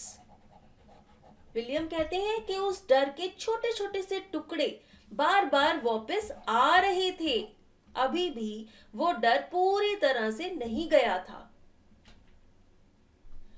But now I could frown and say to that terror, trying to scare me, huh? Well, here's to you. Look, and off I'd go for another length of the pool. तो अब William के reaction में कुछ फर्क था. वो कहते हैं कि अब जब भी वो डर आता था तो मैं उसे कहता था हाँ हाँ मुझे डराने की कोशिश कर रहे हो, लेकिन अब मैं डरने वाला नहीं हूं क्योंकि मुझे स्विमिंग आती है. और ऐसा कह के मैं एक बार फिर से स्विमिंग पूल की पूरी लेंथ पर स्विम करने के लिए निकल जाता था. तो अब विलियम के रिएक्शन में फर्क क्यों है? क्योंकि अब उनके अंदर कॉन्फिडेंस है, उन्होंने स्विमिंग सीख ली है और अब उन्हें पानी से डर नहीं लगता. अब उन्हें ये डर नहीं है कि वो डूब जाएंगे क्योंकि उन्हें पानी में तैरना आता है. दिस वेंट ऑन अंटिल जुलाई. तो अप्रैल से लेकर जुलाई तक विलियम खुद से ऐसे ही स्विमिंग पूल में स्विमिंग की प्रैक्टिस करते रहे और अपने डर को भगाते रहे. But I was still not satisfied. I was not sure that all the terror had left. So I went to Lake Wentworth in New Hampshire, dived off a dock at Triggs Island, and swam 2 miles across the lake to Stamp Act Island. William को अभी भी ये confidence नहीं था कि वो इस डर पर पूरी तरह से विजय पा चुके हैं. इसलिए उन्होंने क्या किया, वो एक लेक पर गए जिसका नाम था लेक वेंटवर्थ, जो कि न्यू हैम्पशायर नाम की जगह पर लोकेटेड थी. वहां पर उन्होंने ट्रिग्स आइलैंड से उस लेक में छलांग मारी और पूरी 2 मील का डिस्टेंस स्विम करके गए और स्टैम्प एक्ट आइलैंड तक स्विम करते हुए पहुंच गए. तो विलियम ने क्या किया, उन्होंने एक लेक में स्विमिंग करके अपना टेस्ट लिया ये चेक करने के लिए कि क्या उन्होंने अपने डर को खत्म कर दिया है कि नहीं. I swam the crawl, breaststroke, side stroke and back stroke. जैसे कि मैंने आपको बताया था स्विमिंग में अलग अलग स्ट्रोक्स होते हैं, जैसे आप यहाँ पर भी देख सकते हैं अलग अलग स्टाइल से ये लोग स्विम कर रहे हैं. ऐसे ही विलियम ने भी बहुत सारे अलग अलग स्ट्रोक्स ट्राई किए जब वो स्विम कर रहे थे. अब हम एक एक करके देखते हैं कि विलियम ने कौन कौन से स्ट्रोक्स ट्राई किए. सबसे पहले वो कहते हैं फ्रंट क्रॉल. यहाँ पर आप देख सकते हैं ये है फ्रंट क्रॉल स्विमिंग पोज. फिर उन्होंने नेक्स्ट जो स्विमिंग स्ट्रोक किया वो था ब्रेस्ट स्ट्रोक. यहाँ पर आप इस स्विमर को देख सकते हैं इस इमेज में. This is the breast stroke of swimming. उसके बाद जो तीसरा स्ट्रोक उन्होंने किया वो था साइड स्ट्रोक. यहाँ पर आप देख सकते हैं ये साइडवेज लेट कर पानी में स्विमिंग कर रहे हैं. This is the side stroke. And then William says he did the back stroke. पानी में अपनी पीठ पर लेटकर स्विमिंग करने के स्टाइल को बैक स्ट्रोक कहा जाता है, जो कि विलियम ने किया. Only once did the terror return when I was in the middle of the lake. I put my face under and saw nothing but bottomless water. William कहते हैं ये डर सिर्फ एक बार आया जब वो लेक के बिल्कुल बीचों बीच थे. तब उन्होंने जब अपना मुंह पानी के अंदर डाला तो उन्होंने क्या देखा? सिर्फ पानी ही पानी देखा अपने आसपास और एक बार फिर से वो डर गए.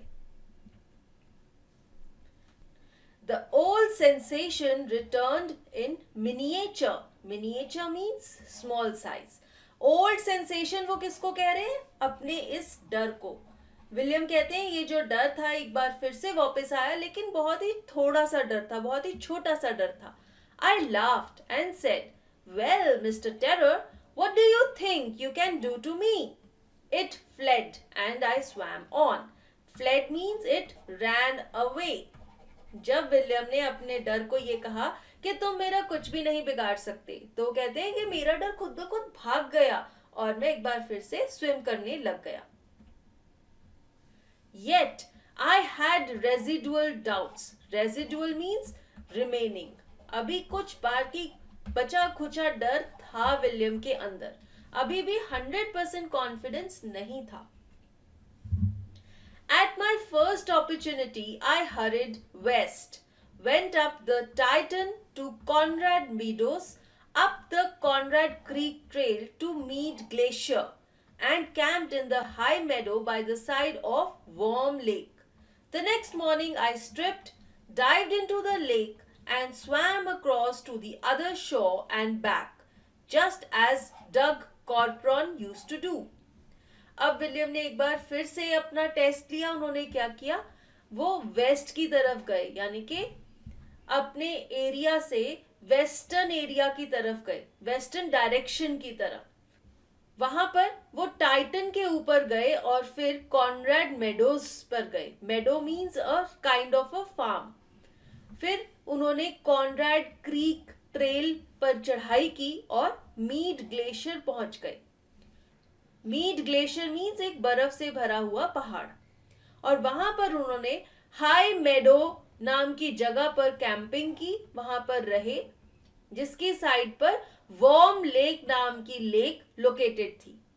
अगली सुबह विलियम ने अपनी ड्रेस उतारी, अपना स्विमिंग कॉस्ट्यूम पहना और इस वॉर्म लेक में डाइव किया. लेक का नाम वॉर्म लेक था, लेकिन वो बहुत ज्यादा ठंडी थी क्योंकि वो एक ग्लेशियर के किनारे थी. और विलियम ने पूरी लेक में स्विम किया और दूसरे किनारे तक पहुंच गए और फिर वापस भी आ गए. और वो कहते हैं कि डग कॉर्प्रॉन, जो एक बहुत ही फेमस अमेरिकन थे, वो भी ऐसे ही किया करते थे. वो भी वॉर्म लेक में स्विम किया करते थे. तो विलियम ने भी उन्हीं की तरह वॉर्म लेक में स्विम किया. I shouted with joy, and Gilbert Peak returned the echo. I had conquered my fear of water. Echo means a repeated sound. कोई आवाज जो बार बार रिपीट होके सुनाई देती है उसे echo कहते हैं. जब विलियम ने पूरी वॉर्म लेक में स्विमिंग कर ली तो वो बहुत ज्यादा खुश थे, क्योंकि ये एक बहुत ही अनअचीवेबल टास्क था जो उन्होंने कंप्लीट कर लिया था. बहुत ही कम लोग थे जो कि वहां पर स्विम कर सकते थे. वहां पर ही गिलबर्ट पीक नाम की माउंटेन भी थी. और विलियम कहते हैं कि जब वो खुशी से जोर जोर से चिल्लाए तो इस पीक की वजह से उनकी आवाज, उनकी चिल्लाने की आवाज एको हो रही थी. विलियम ने फाइनली अपने डर को खत्म कर दिया था और अपने डर पर विजय हासिल कर ली थी, इसलिए वो बहुत ज्यादा खुश थे. The experience had a deep meaning for me, as only those who have known stark terror and conquered it can appreciate. In death there is peace. William कहते हैं ये जो एक्सपीरियंस था उनका, एक्सपीरियंस क्या था? पानी का डर, कैसे वो एक बार मरते मरते बचे और फिर कैसे उन्होंने अपने डर को खत्म किया. विलियम कहते हैं कि ये एक्सपीरियंस उनके लिए बहुत मीनिंगफुल था. इसने उनकी लाइफ को एक अलग ही दिशा दे दी. और वो कहते हैं कि इस एक्सपीरियंस के बारे में वही लोग समझ सकते हैं जिन्होंने भी ऐसा एक्सपीरियंस किया है. क्योंकि वो कहते हैं कि जब आप डेथ का सामना करते हैं तो आपको कैसा महसूस होता है, ये आप किसी को बता नहीं सकते, समझा नहीं सकते, और जब तक कोई एक्सपीरियंस ना कर ले वो समझ नहीं सकता। विलियम कहते हैं जब आप मर जाते हैं तो आप बिल्कुल शांत हो जाते हैं, आपकी सारी फीलिंग्स, एक्सप्रेशन सब खत्म हो जाते हैं। There is terror only in the fear of death. आपको सिर्फ तब तक डर लगता है जब तक आपके अंदर ये डर है कि आप मर ना जाएं, लेकिन जब आप सच में मर जाएंगे तो डर खत्म हो जाएगा। As Roosevelt, who was the former president of USA, knew when he said, "All we have to fear is fear itself." यहाँ पर विलियम कोट कर रहे हैं रूजवेल्ट को, जो कि यूएसए के प्रेसिडेंट थे। उन्होंने ये कहा था कि हमें सिर्फ एक ही चीज से डर लगता है, वो क्या है? डर। और कोई ऐसी चीज नहीं है जिससे हमें डर लगता है। और विलियम ये कह रहे हैं कि उन्होंने बिल्कुल सही कहा था, क्योंकि किसी भी इंसान को जब वो मर रहा होता है तब कोई डर नहीं लगता, उससे पहले उसे सोच सोच कर ही डर लगता है कि मैं मर जाऊंगा। Because I had experienced both the sensation of dying and the terror that fear of it can produce, the will to live somehow grew in intensity. William ये कह रहे हैं कि उन्होंने डेथ भी एक्सपीरियंस की थी, वो ऑलमोस्ट मरने वाले थे, और उन्होंने मरने के डर को भी एक्सपीरियंस किया था, मरने से पहले उनको जो डर लगा था। तो विलियम ये कह रहे हैं कि उन्हें इन दोनों चीजों का एक्सपीरियंस है, और तब उन्हें ये रियलाइज हुआ कि जिंदगी जीना कितना इम्पोर्टेंट है, और उनकी जिंदगी जीने की चाहत बहुत ज्यादा बढ़ गई। At last, I felt released, free to walk the trails and climb the peaks and to brush aside fear. Finally, William को इतना अच्छा लगा, इतना रिलैक्स लगा, उन्हें ऐसे लग रहा था कि वो अपने डर से आजाद हो गए हैं। अब वो फ्रीली किसी भी मुश्किल ट्रेल पर चल सकते हैं बिना डर के, किसी भी मुश्किल पहाड़ी पर चढ़ सकते हैं बिना डर के। अब उनके अंदर किसी भी चीज का डर नहीं था।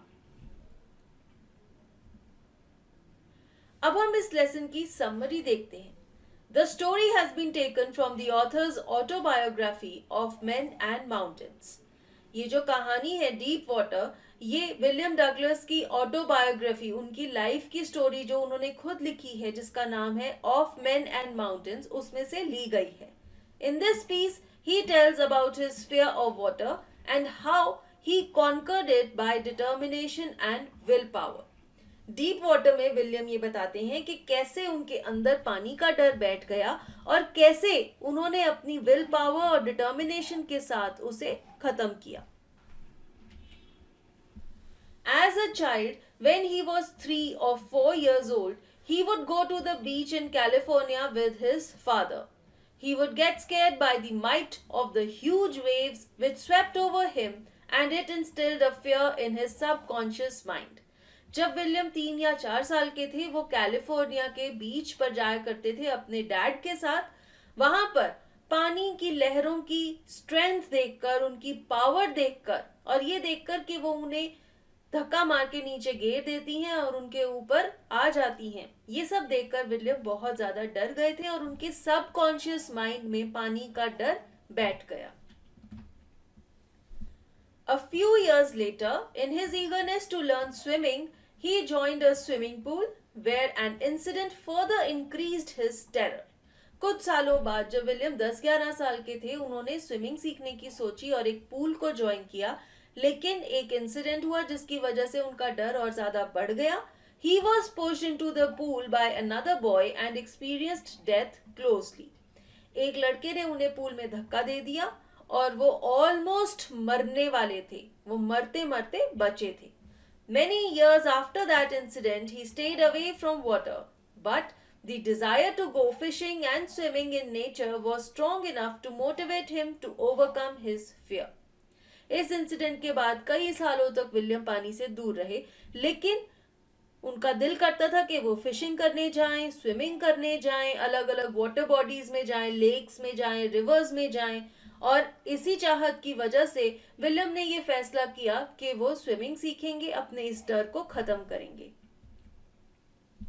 He learned swimming with the help of an instructor who ensured that William knew swimming well enough to be able to swim in huge lakes and waterfalls also. William ने एक स्विमिंग इंस्ट्रक्टर को higher किया जिसने उन्हें बहुत ही अच्छे से swimming सिखाई, पार्ट्स में स्विमिंग सिखाई और ये देखा कि वो उसे इतनी अच्छे से स्विमिंग सिखा सकें कि वो लेक्स में, वाटरफॉल्स में भी स्विम कर सकें. Still, when he would swim, the fear from his childhood experiences embedded in his subconscious mind would grip him over and over again. He wanted to conquer that fear. फिर भी जब भी William swim करते थे, वो जो बचपन का डर था जो कि उनके दिमाग में बैठ गया था, वो बार बार वापस आ जाता था और विलियम इस डर को टोटली खत्म करना चाहते थे. He faced it sarcastically, thinking that now, as he knew how to swim, what harm could it do to him? William ने अपने इस डर का सामना किया और उसे ये चैलेंज किया कि तुम अब मेरा कुछ नहीं बिगाड़ सकते क्योंकि मुझे स्विमिंग आती है. He challenged his fear in the face of it and finally it would vanish. जब विलियम ने अपने डर को ऐसे चैलेंज किया तो उन्होंने क्या देखा कि उनका डर भाग गया. It was a baseless fear instilled in his subconscious mind. इससे विलियम ने ये रियलाइज किया कि ये जो फियर है ये विलियम के ही दिमाग में बैठा हुआ है और जब विलियम के ही दिमाग ने इस डर को चैलेंज किया तो वो गायब हो गया. This experience was valuable for him. ये जो एक्सपीरियंस है, जो विलियम का डर था, उन्होंने ऑलमोस्ट डेथ का सामना किया, ये उनके लिए बहुत ही वैल्यूएबल था. इससे उन्होंने बहुत कुछ सीखा. He had experienced terror and death. He overcame it and finally conquered it.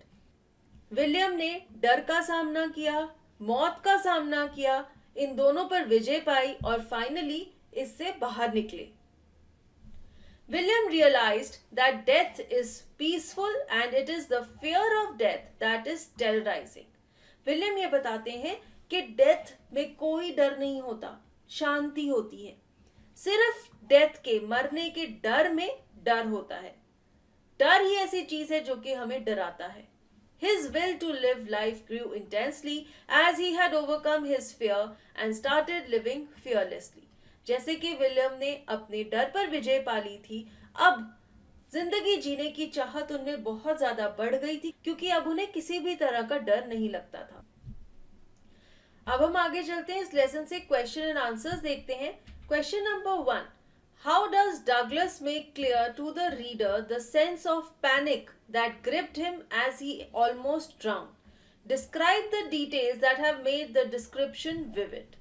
इसका आंसर है, William describes his experience where he had a close brush with death at the YMCA swimming pool. As it is a first-person account, he has described it deeply.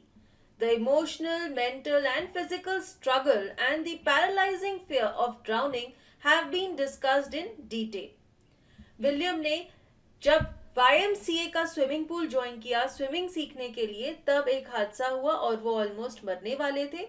William ने खुद ही अपने इस experience को describe किया है, इसलिए उन्होंने उसे बहुत ही अच्छे से बताया है कैसे उन पर इमोशनल इफेक्ट हुआ, मेंटल इफेक्ट हुआ और उनकी फिजिकल कैसे प्रॉब्लम्स आई. ये सब विलियम ने बहुत ही डिटेल में डिस्कस की हैं. William retained his intelligence and had a plan to come to the surface.